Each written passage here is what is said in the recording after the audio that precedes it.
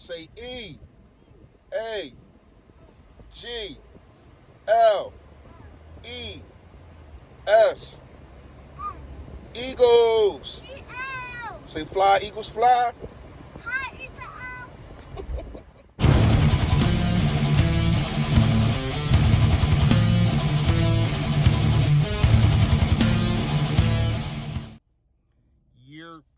Yo, that, what's going on, man? You know who it is, you know what it is. It's your boy Philly Fresh, aka the General, here reporting for duty. Also, I am a third of the Battle Bird podcast, man. You already know how we get down. If you have not done it already, make sure you hit that sub button right down there, man. Hit the bell right next to it. Let you know when I put this flavor up. True. We got some good and bad today, man. We got some good and bad today.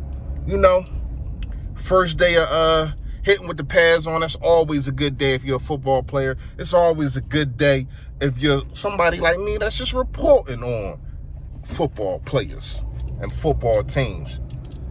This is where you kind of can separate the man amongst the boys. This is when you can get busy. You know what I mean? This is when you can see who got hawked and you know who's a 10 man out there. All right, so let's get to the injuries first, man. Why? Like, what is going on, man? What is going on? Like, first it was Malik Jackson. See, a lot of people don't know that Malik Jackson last year, around this time last year, he had lingering things. He had lingering lower body extremities and all that kind of stuff, and he played through it, and we seen what happened in week 1. Maybe they should have did how they doing Hargrave now. If you have not heard it, yes, Hargrave is hurt. Hargrave has upper extremities. That's really all that they giving us. And we keep getting these D tackles and they keep getting hurt. You know, hopefully, like I said, man, he'll be ready to go week 1. They're saying he's going to be out multiple weeks. He might miss a game or two. You know what I mean? That's a hurt piece.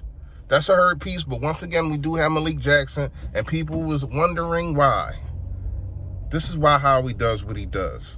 You know what I mean? To have depth, because he's seen what happened last year when Malik Jackson went out.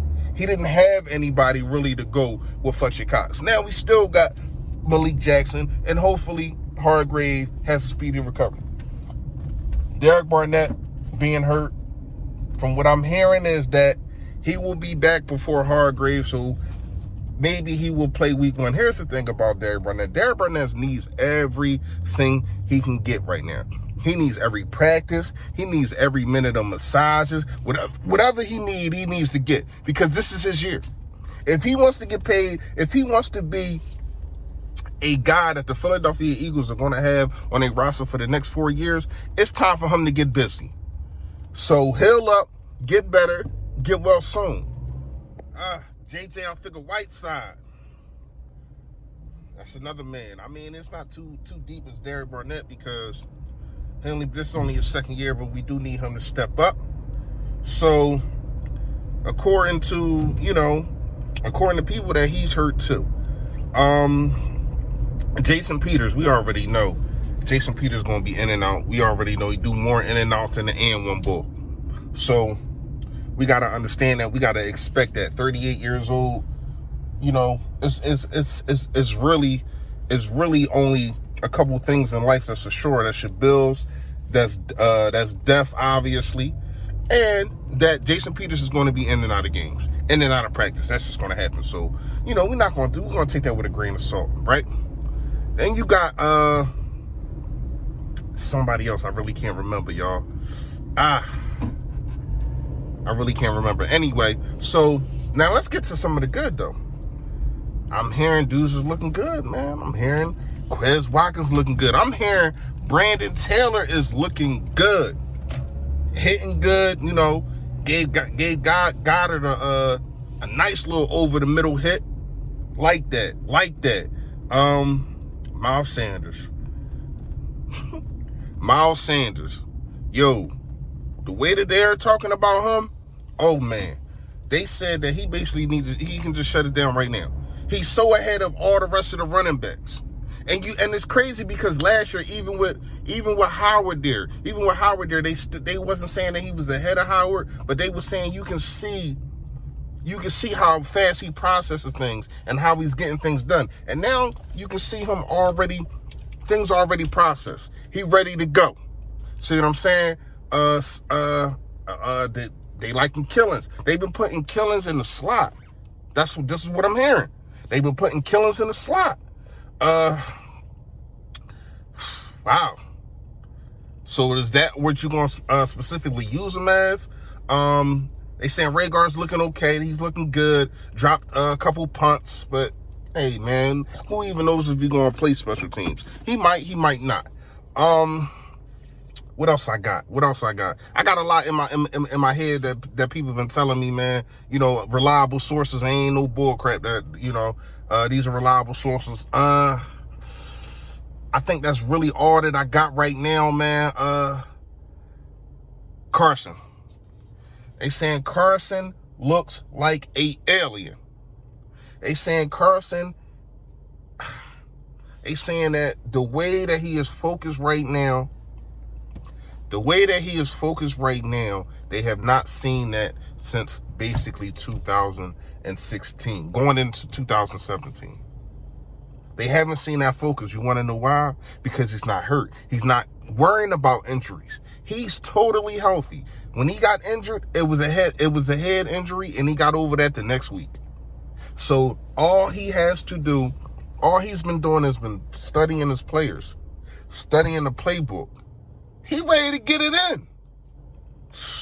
League better watch out. I'm trying to tell y'all. The last time that this man came in healthy, he was an MVP candidate and should have still won it, in my personal opinion. Whoo, and he got some weapons now. Not saying he didn't have none in 2017, but I think he got more talent now. You know what I mean? Miles Sanders. Back to Miles Sanders. Boston Scott. I think they might be the two. I'm hearing that Warren is looking good too. What does that mean for Holyfield? Is it bye-bye? He doesn't even touch the field because he doesn't play special teams. So it's looking like Holyfield is out of here. They're saying Warren and Killings are getting time. They're saying that right now, because of the injuries at wide receiver, you got Rhaegar on the outside, you got Deshaun Jackson on the other outside, and you got Greg Ward playing your slot. Even if, you know, dudes don't come back, J.J. Arthur-Whiteside, I'm kind of cool with that. I got to see what Rhaegar, I need to see what Rhaegar is doing. I haven't been hearing too much of him, too much ranting and raving like I've been hearing about Quez Watkins. You know what I mean? But to have them three, I think that we would be fine starting the year. Starting the year with them three at wide receiver, it'd be way better than what we had. Way better than what we had last year at the end of the year. So if that's going to be the three, I really ain't got no problem with that three. You know what I mean? Going to give y'all some, probably go live with y'all probably tomorrow. Got a lot going on. Probably get with Philly Notion, man. Got that going on. Make sure y'all go check out his page, sub him up. I'm trying to hurry up and get ready for this game, man. Game 1, Sixers versus Celtics. We getting to that another time, man. I got the Sixers winning this game. I really don't know if they're going to win this series. You know how I feel about Philly, so you know I'm rooting for them. But without Ben Simmons, without not being able to guard the pick and roll, how you supposed to guard the pick and roll, I don't know, man. I think Embiid's going to explode. Probably drop 40 darn there every night, but it might not be enough some of these nights. You know what I mean? With them having Kemba Walker, Jason Tatum, what's his name? Jaylen Brown, you know, and they got a guy like Marcus. They still got a guy like Marcus Smart who can still defend, and his shot has been getting better. So we'll see, man. I think Embiid goes crazy tonight. I got him having 41 and 15. But you know, that's the end of that, man. Y'all already know what it is, man. Stay Philly, stay fresh.